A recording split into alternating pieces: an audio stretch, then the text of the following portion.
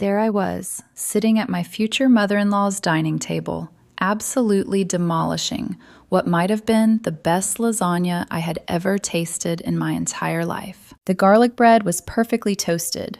The butter had just the right amount of herbs. The wine was flowing. For a moment, I actually believed this would be one of those rare Sunday dinners where everything goes smoothly. The kind where everyone laughs too loudly, someone insists you take leftovers home, and nobody leaves with emotional damage.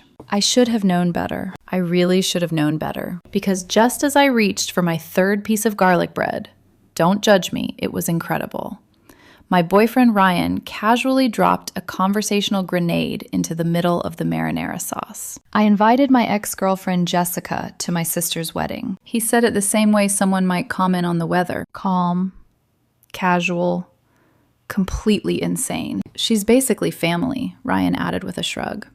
If you love me, you'll understand. For a second, I genuinely thought I might choke to death on garlic bread. My throat locked up. My eyes watered. The room tilted slightly like someone had bumped reality off its axis. Across the table, Ryan's mother continued passing the salad bowl, like her son hadn't just detonated a nuclear bomb in our relationship. His father calmly cut his lasagna into neat squares, blissfully unaware that my brain had just launched into full emergency mode. And me? I nodded. Actually nodded. Of course, I heard myself say. The voice didn't even sound like mine. Inside my head, however, the real me was screaming. You invited your ex to a family wedding?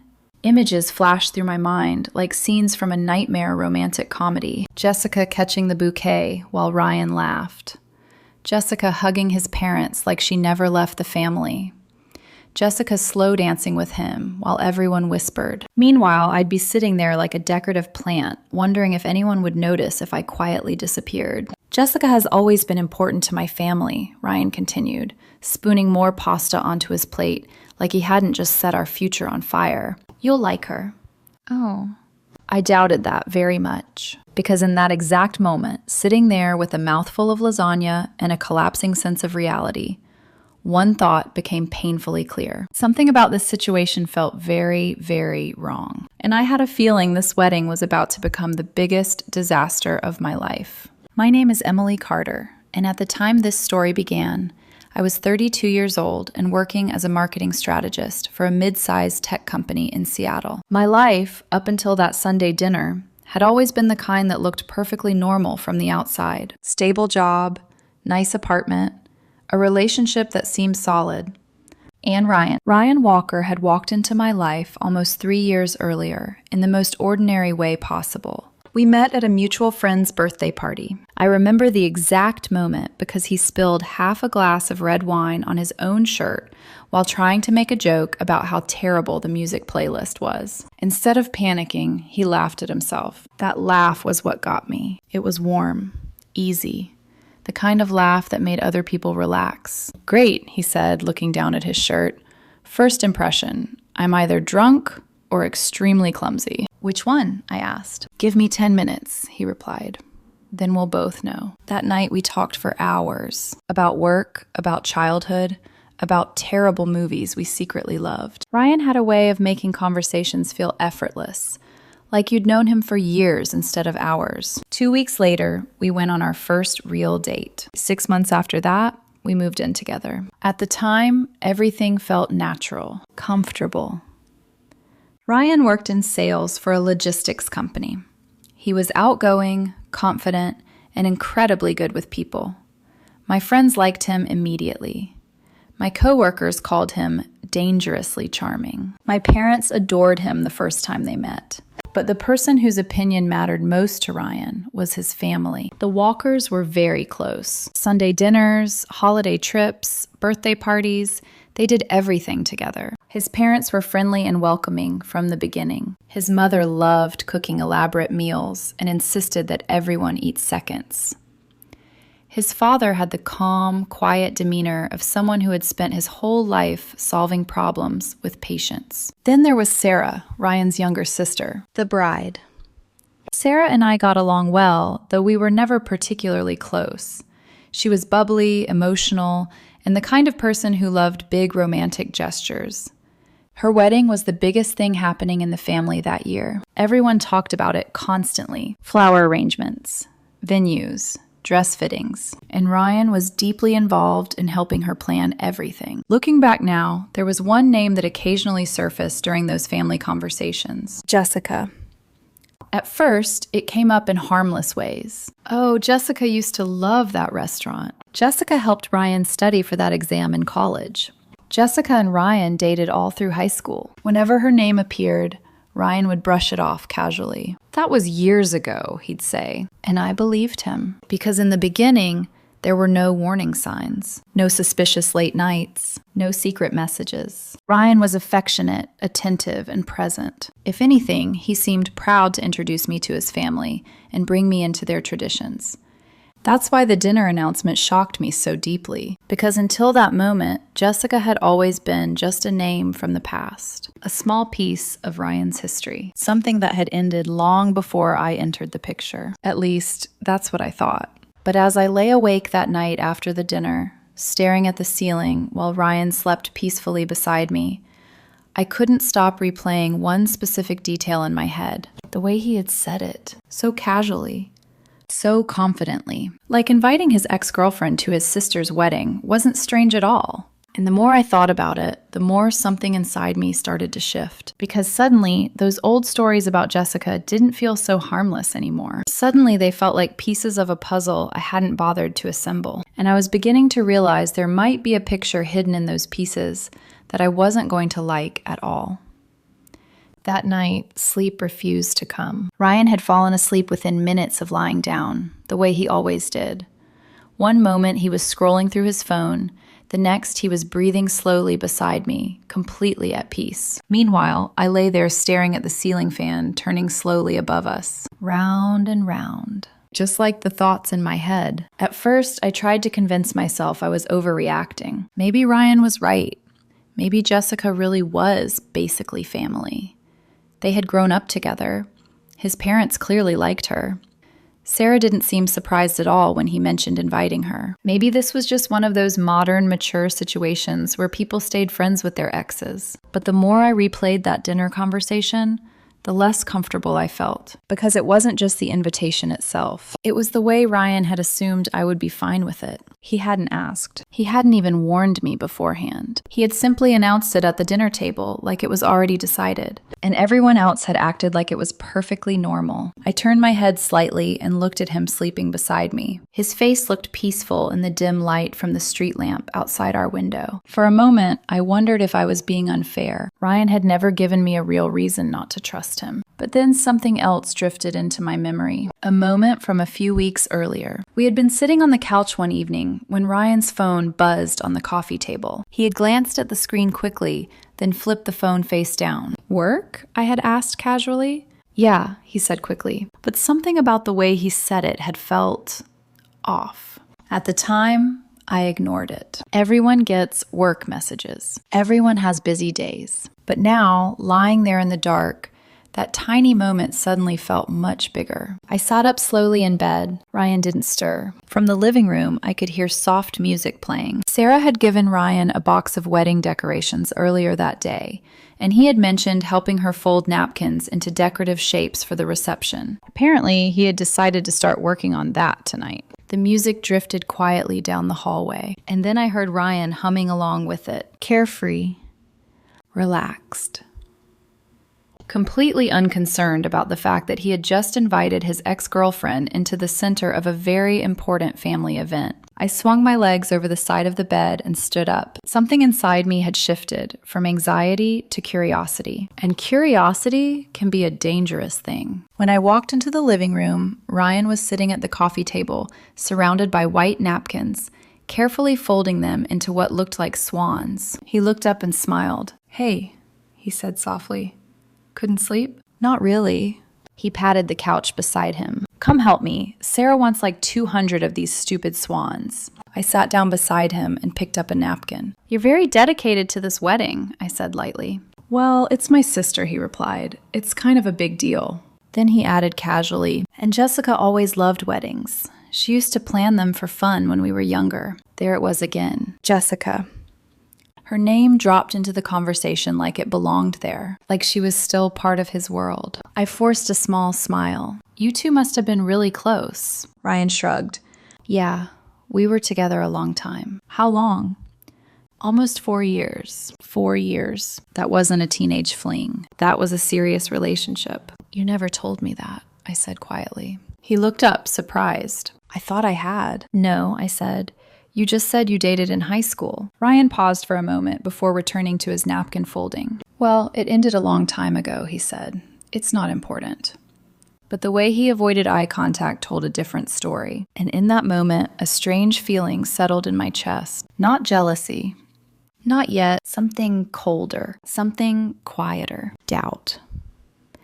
Because the more I thought about it, the more I realized something unsettling. Ryan had always been completely comfortable talking about Jessica, but he had never once explained why they broke up. And now, suddenly, she was coming to the wedding, which meant that soon, I would finally meet the woman who had once been the most important person in his life, whether I wanted to or not. And for reasons I couldn't fully explain yet, that idea made my stomach tighten with a growing sense of unease. The real turning point happened later that same night. Ryan eventually went to bed around midnight, leaving the living room covered in neatly folded napkin swans and half-empty wine glasses. Within minutes of lying down, he was asleep again, breathing slowly beside me as if nothing in the world could possibly be wrong. I, on the other hand, was wide awake. My thoughts kept circling the same question. Why invite Jessica now? Out of all the people in the world, why her? I tried to close my eyes and force myself to sleep, but my mind kept replaying the dinner conversation over and over again. She's basically family.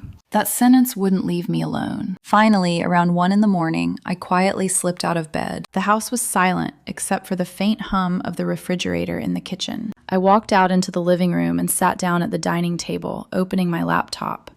The screen lit up the dark room with a pale blue glow. At first, I told myself I was just curious, just looking, nothing more. But deep down, I knew that wasn't entirely true. I typed Jessica Walker into Facebook. It took less than 5 seconds to find her. Her profile picture showed a blonde woman standing on a beach somewhere, wind blowing through her hair, smiling confidently at the camera. She looked exactly like the kind of woman who made people turn their heads when she walked into a room. Athletic, stylish, effortlessly confident. And judging by the comments under the photo, she knew it. I clicked on her profile. The first thing that caught my attention was her relationship status. Married. Married to someone named Daniel Brooks. That surprised me.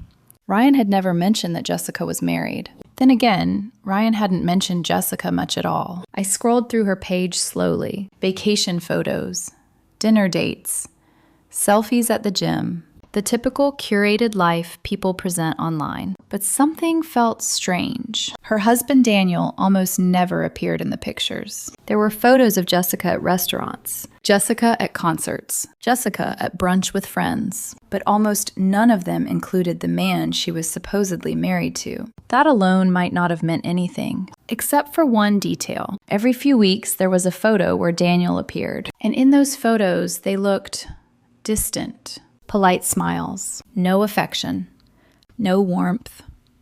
Just two people standing next to each other for the sake of a picture. I leaned back in my chair, uneasy. Then I noticed something else. A post from exactly 2 weeks earlier. It was just one sentence. Some people really believe the truth will never come out. The comment section was full of reactions. Angry emojis, heart emojis.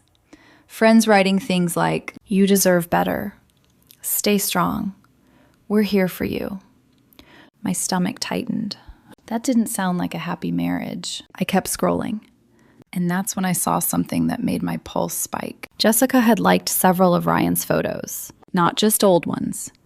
Recent ones. Photos from the last few months. A picture Ryan posted from a hiking trip. A photo of him at a company event. Jessica had liked every single one. And under one photo from 3 weeks earlier, there was a comment. "Miss those days," Ryan had replied. "Me too." 2 simple words, but they hit me like a punch to the chest. I stared at the screen, my hands suddenly cold. Why would my boyfriend tell his ex-girlfriend that he missed their past? Why would she be commenting on his posts at all? My heart started beating faster as a quiet, unsettling thought crept into my mind. What if this wedding invitation wasn't innocent at all? What if Jessica coming to the wedding wasn't about family memories? What if it was about something much more current, something still happening? I switched over to Instagram. My fingers move faster now, almost automatically. When Ryan's profile opened, I scrolled through the recent posts, and there she was again. Jessica had liked every single photo Ryan had posted for months. Beach photos, dinner photos, even a silly picture I had taken of him when we were cooking together. And then I found the comment that made my stomach drop. On a picture Ryan had posted 2 weeks ago of himself at a rooftop bar, Jessica had written, "Looking good as always." Ryan had liked the comment. No response. But the like was enough. I took a screenshot. Then another. And another. Something inside me had shifted from confusion to something sharper. Suspicion. I sat there in the dark kitchen, taking screenshots like evidence in a case I wasn't ready to admit I was building. Because the more I looked, the more things didn't make sense. Ryan had never mentioned talking to Jessica, not once. Yet here she was, quietly interacting with him online for months. And now he had invited her to his sister's wedding without even asking me first. From the living room window, I could see the faint glow of streetlights outside. The whole neighborhood was asleep. But I sat there at the kitchen table, staring at the glowing laptop screen, with a growing feeling that something in my relationship had just cracked open. And once something cracks, it's almost impossible to pretend it isn't broken. I closed the laptop slowly. Ryan was still sleeping peacefully in our bedroom, completely unaware that the first seed of doubt had just taken root in my mind. And deep down, a quiet voice inside me whispered something I wasn't ready to face yet. If I kept digging, I might not like what I found. The next morning felt strangely normal, too normal. Sunlight slipped through the kitchen window, lighting the countertop where Ryan stood making coffee like any other ordinary day. The smell of freshly brewed espresso filled the room, warm and comforting, in a way that felt almost cruel. Because inside my chest, nothing felt normal anymore. Ryan turned and smiled when he saw me. "Morning," he said. "You look tired. Didn't sleep well?" I forced a small smile, just thinking about work. That wasn't entirely a lie. My brain had been working overtime all night. He poured coffee into my favorite mug and slid it across the counter. "You're still okay about Jessica coming to the wedding, right?" he asked casually. The question made my stomach twist. There it was again, her name. Like it was nothing. Like it wasn't quietly sitting in the center of my thoughts, like a ticking bomb. I took a slow sip of coffee before answering. "I guess I'm just surprised," I said carefully. "You never mentioned that you two still talk." Ryan shrugged and leaned against the counter. "We don't really talk," he said quickly. "Not much." Not much. That phrase echoed in my mind, because last night's screenshots told a slightly different story. "She just saw the wedding announcement on Sarah's social media," he continued.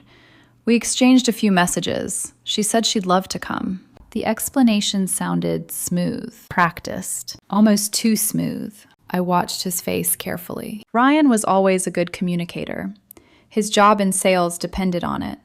He knew how to sound confident, how to explain things in ways that made people feel comfortable. But now that doubt had entered my mind, every word felt slightly different, like I was hearing him through a filter I didn't have before. "Are you okay with it?" he asked again, stepping closer and placing his hands lightly on my shoulders. His touch was warm, familiar, the kind of touch that had always made me feel safe. But now, a strange distance had appeared between us. "I'm fine," I said softly. And for the moment, I meant it. Because the truth was, I didn't want a dramatic argument. Not yet. Confronting someone without understanding the full situation rarely ended well.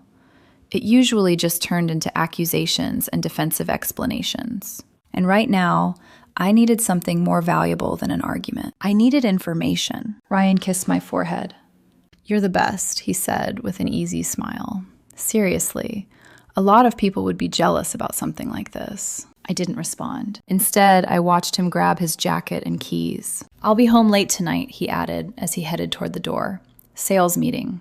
"Okay," I replied. The door closed behind him a moment later, and the second I heard his car pull out of the driveway, the calm expression disappeared from my face. I walked straight to the kitchen table and opened my laptop again. If Ryan believed everything was fine, I wasn't going to correct that assumption just yet. Instead, I pulled up Jessica's Facebook page again. This time I paid closer attention. I started scrolling through older posts. Months. Years.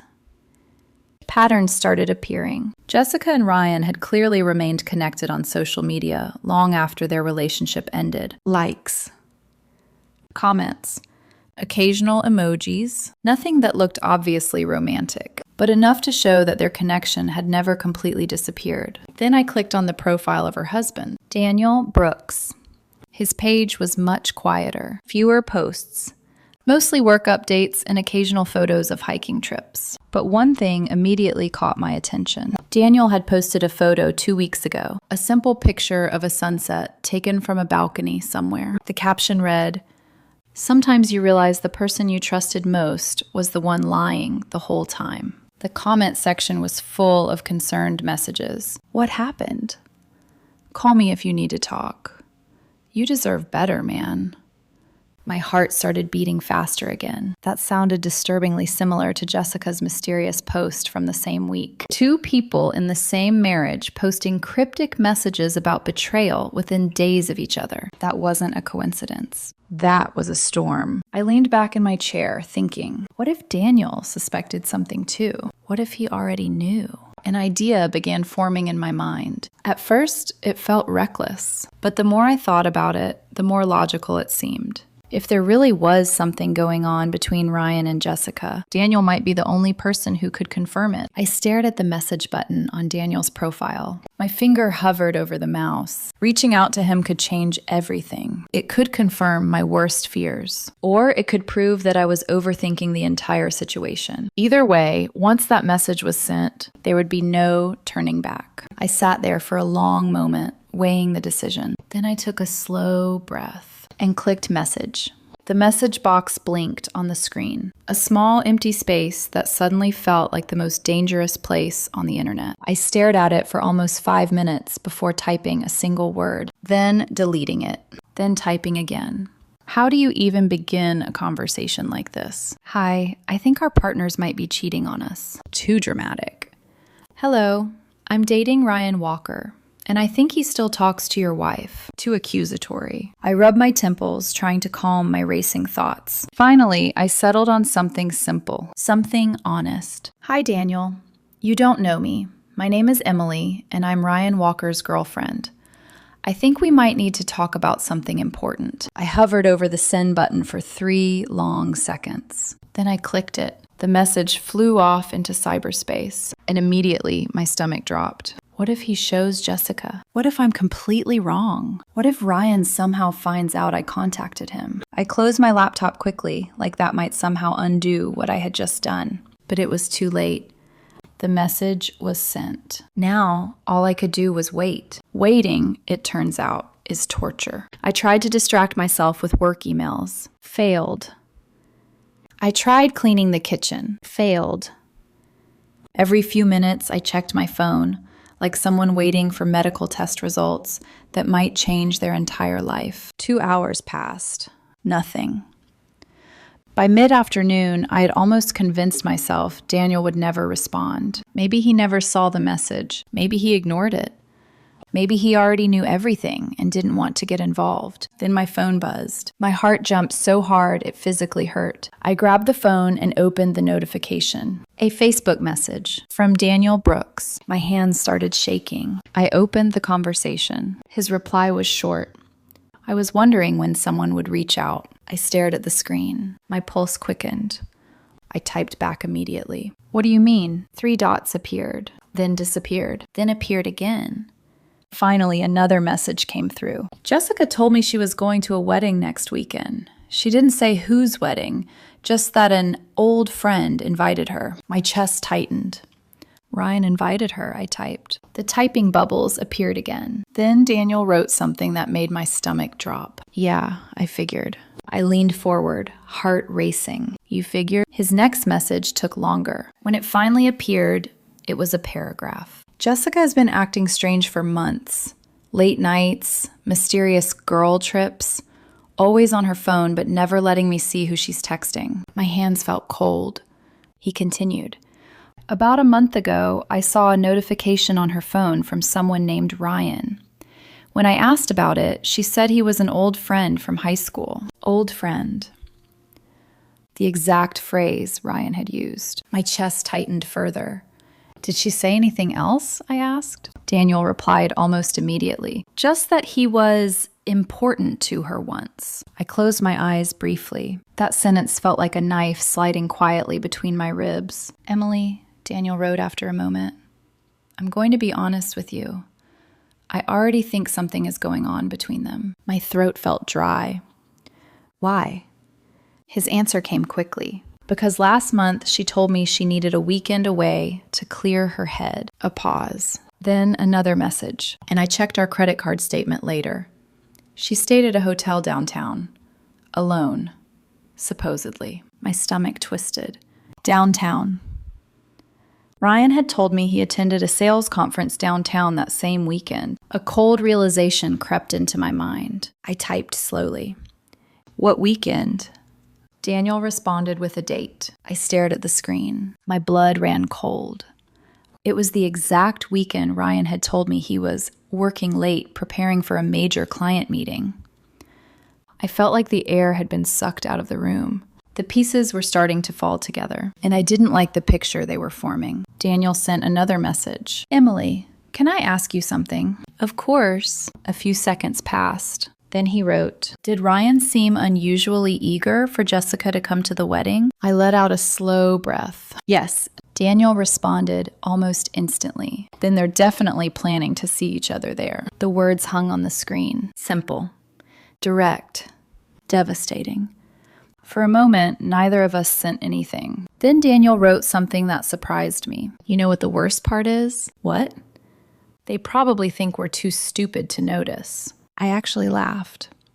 A bitter, humorless laugh, because he wasn't wrong. Ryan and Jessica were acting like two teenagers sneaking around behind their parents' backs. Except this time, the people they were betraying were their own partners. Daniel sent another message. So what do we do? That question lingered in the air between us. What do we do?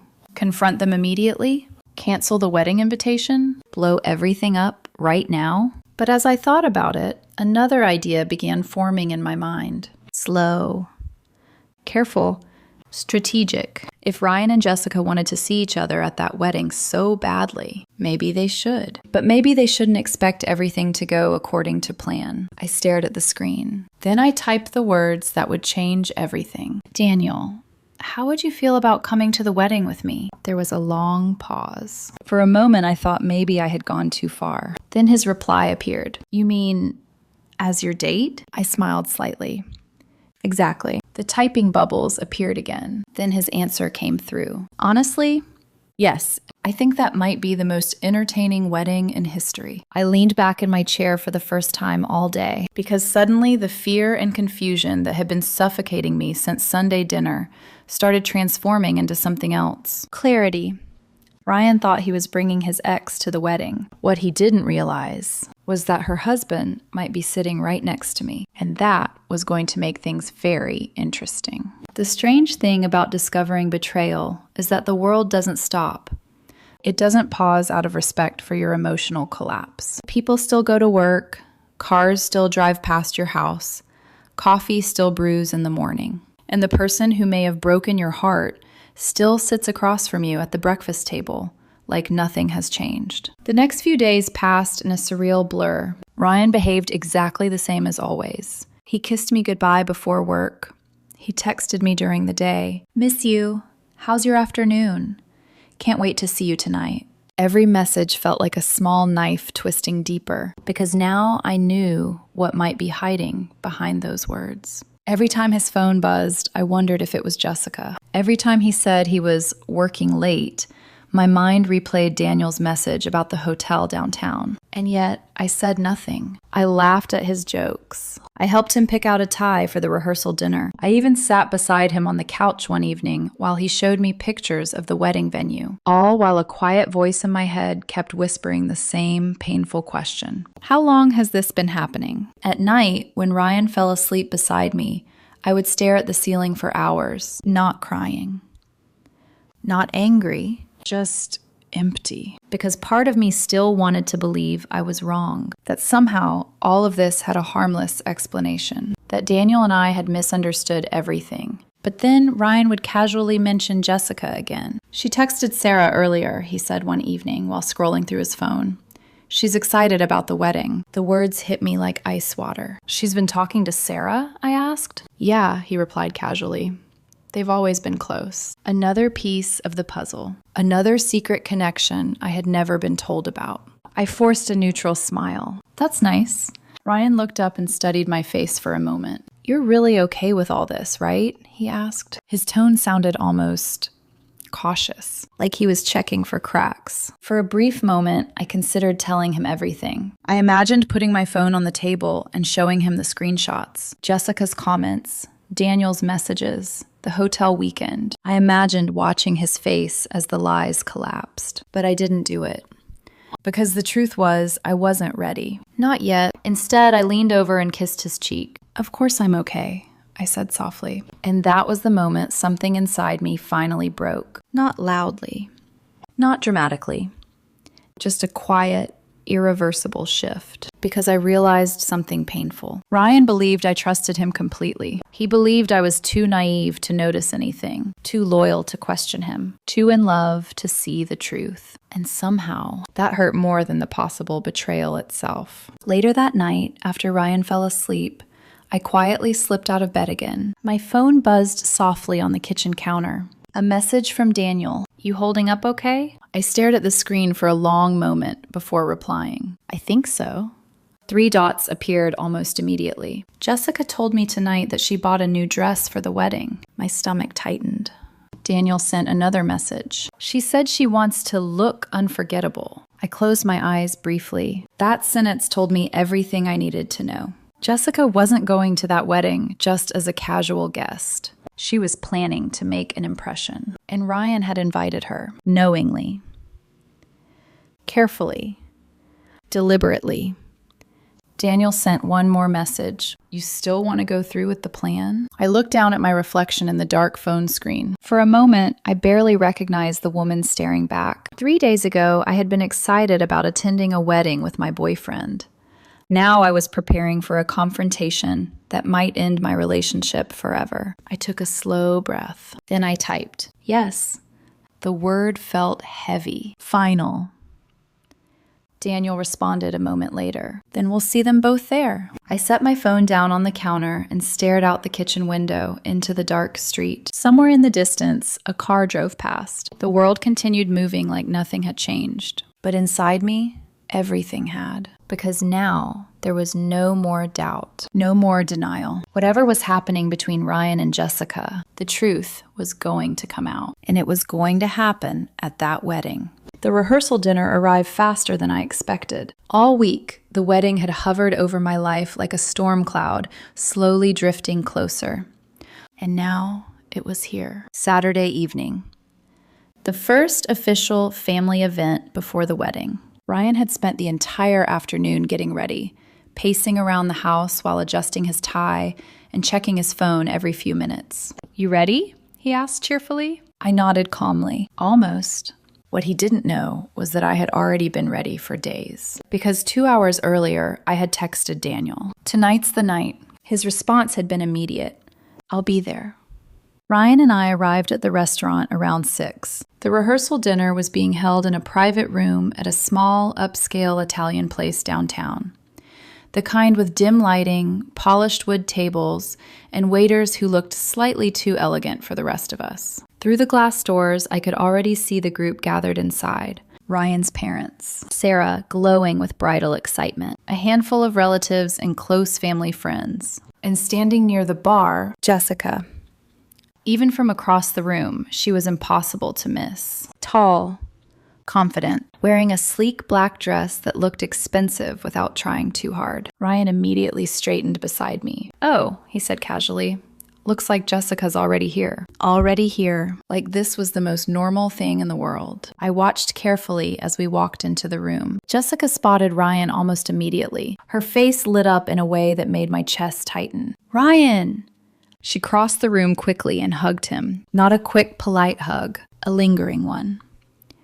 The kind of hug that said, "We have history." I stood a few feet away, observing quietly. Ryan pulled back first. "Jessica, wow, it's been forever," she smiled. "Too long." Then she finally turned to me. "And you must be Emily."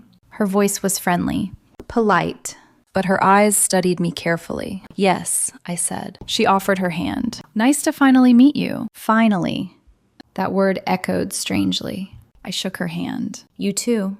Behind us, Sarah rushed over excitedly. "I'm so happy you made it," she said, hugging Jessica enthusiastically. Ryan's mother joined them moments later. "Oh my goodness, Jessica, you look wonderful." The reunion continued around me like I was watching a scene from a movie I wasn't really part of. Old memories, shared laughter, stories from high school. Meanwhile, Ryan stood comfortably among them, like nothing about this situation was complicated, like inviting his ex-girlfriend into the center of a family celebration, while his current girlfriend stood beside him, was perfectly reasonable. But the moment I had been waiting for hadn't happened yet, and I knew it was coming, because Daniel had texted me 15 minutes earlier. "Parking now." My pulse quickened slightly. I glanced toward the restaurant entrance, and right on time, the door opened.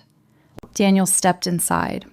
He looked exactly like his profile picture. Tall, calm, dressed in a simple navy jacket. But the moment Jessica saw him, everything changed. Her face froze. Completely. Ryan, he turned slowly toward the entrance. And when he recognized Daniel, the color drained from his face. For a brief second, the entire room went silent. The kind of silence that only happens when something completely unexpected enters the scene. Daniel walked toward us calmly. No anger, no raised voice, just quiet confidence. When he reached the table, he looked directly at Jessica. "Hi," he said simply. Jessica blinked.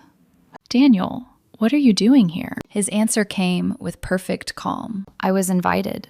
Every eye in the room turned toward me. Ryan's confusion was immediate. "Emily?" he asked slowly. I met his gaze, and for the first time all week, I didn't pretend. "I invited him," I said calmly. The room felt suddenly smaller. Jessica looked from Daniel to me, her expression shifting rapidly between shock and panic. Ryan frowned. "What's going on?" Daniel answered before I could. "Well," he said evenly, "Emily and I recently discovered we have something very interesting in common." Jessica's voice came out sharp. "Daniel, this isn't the place for—" "Oh, I agree," Daniel interrupted calmly. Then he turned to Ryan.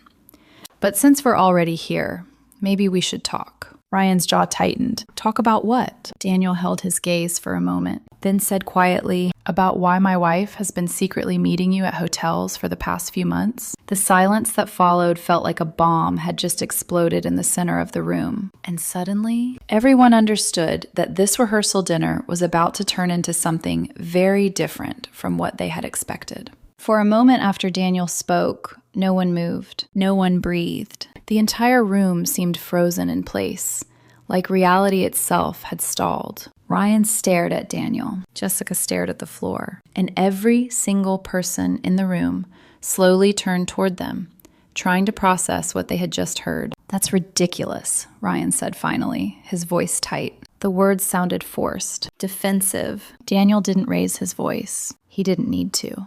"Is it?" he asked calmly. Jessica suddenly stepped forward. "Daniel, stop," she said sharply. "You're embarrassing yourself." "Am I?" Daniel replied. Then he pulled his phone from his pocket. "I don't think I am." Ryan's posture stiffened. "What are you talking about?" Daniel tapped his screen and held the phone up. "I'm talking about the hotel downtown on March 14th. Ryan said nothing. Jessica's face had gone completely pale. "And the restaurant on Bellevue Avenue 2 weeks later," Daniel continued. "The one where you paid with your credit card." Jessica swallowed. "Daniel." And the messages you forgot to delete. Now Ryan looked genuinely shaken. Those messages don't prove anything, he said quickly. Daniel gave a small, humorless smile. They prove enough. Across the table, Sarah looked like she might cry. Ryan, she whispered, please tell me this isn't true. Ryan ran a hand through his hair. This is being blown way out of proportion, he said. Really? I asked quietly. Everyone looked at me. Ryan turned toward me slowly. Emily. His voice sounded different now. Careful, measured, like someone stepping onto thin ice. I can explain this. I met his eyes. Then explain. The room was completely silent again. Ryan looked from me to Daniel, then to Jessica. And for the first time that evening, he hesitated. That hesitation said everything. Jessica finally broke. This is insane, she said suddenly. You two are acting like we committed some kind of crime. Daniel looked at her. You lied to me for months. Her jaw tightened. So did you, she snapped back. The room erupted into murmurs. Daniel blinked. What? Jessica crossed her arms defensively. You think I didn't notice the way you've been acting? The late nights? The constant work trips? Daniel stared at her in disbelief. You're seriously trying to flip this around right now? Ryan suddenly stepped forward. Okay, everyone needs to calm down, he said. But the damage was already done. Ryan's father stood slowly from his chair. Ryan, he said in a low voice. The disappointment in that single word was devastating. Did you have a relationship with this woman while you were dating Emily? Ryan didn't answer. That silence was louder than any confession. Sarah burst into tears. Oh my God, she whispered. Ryan's mother covered her mouth with her hand. Jessica looked furious now. This is ridiculous, she said. It was just a few dinners. Daniel laughed bitterly. A few dinners? Ryan's face flushed. Okay, look, he said quickly. Nothing serious happened. The words felt like a slap. Nothing serious. I felt strangely calm, maybe because the worst part had already happened. The truth was finally standing in the middle of the room, where everyone could see it. Ryan turned to me desperately. Emily, listen to me. It wasn't what it looks like. What does it look like? I asked quietly. He struggled for words. It was nostalgia, he said finally. Nostalgia. I almost laughed.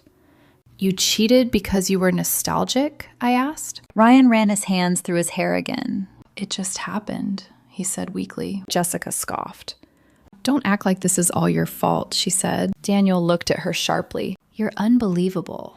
Within minutes, the room descended into chaos. Relatives whispering, Sarah crying, Ryan trying to explain, Jessica arguing with Daniel. The rehearsal dinner was completely forgotten. Eventually, Ryan's father raised his voice. That's enough.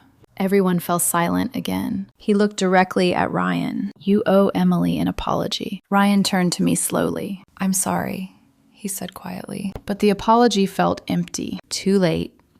Too small. I stood up from my chair. I think I'm done here. Ryan looked panicked. Emily, wait. But I shook my head. No.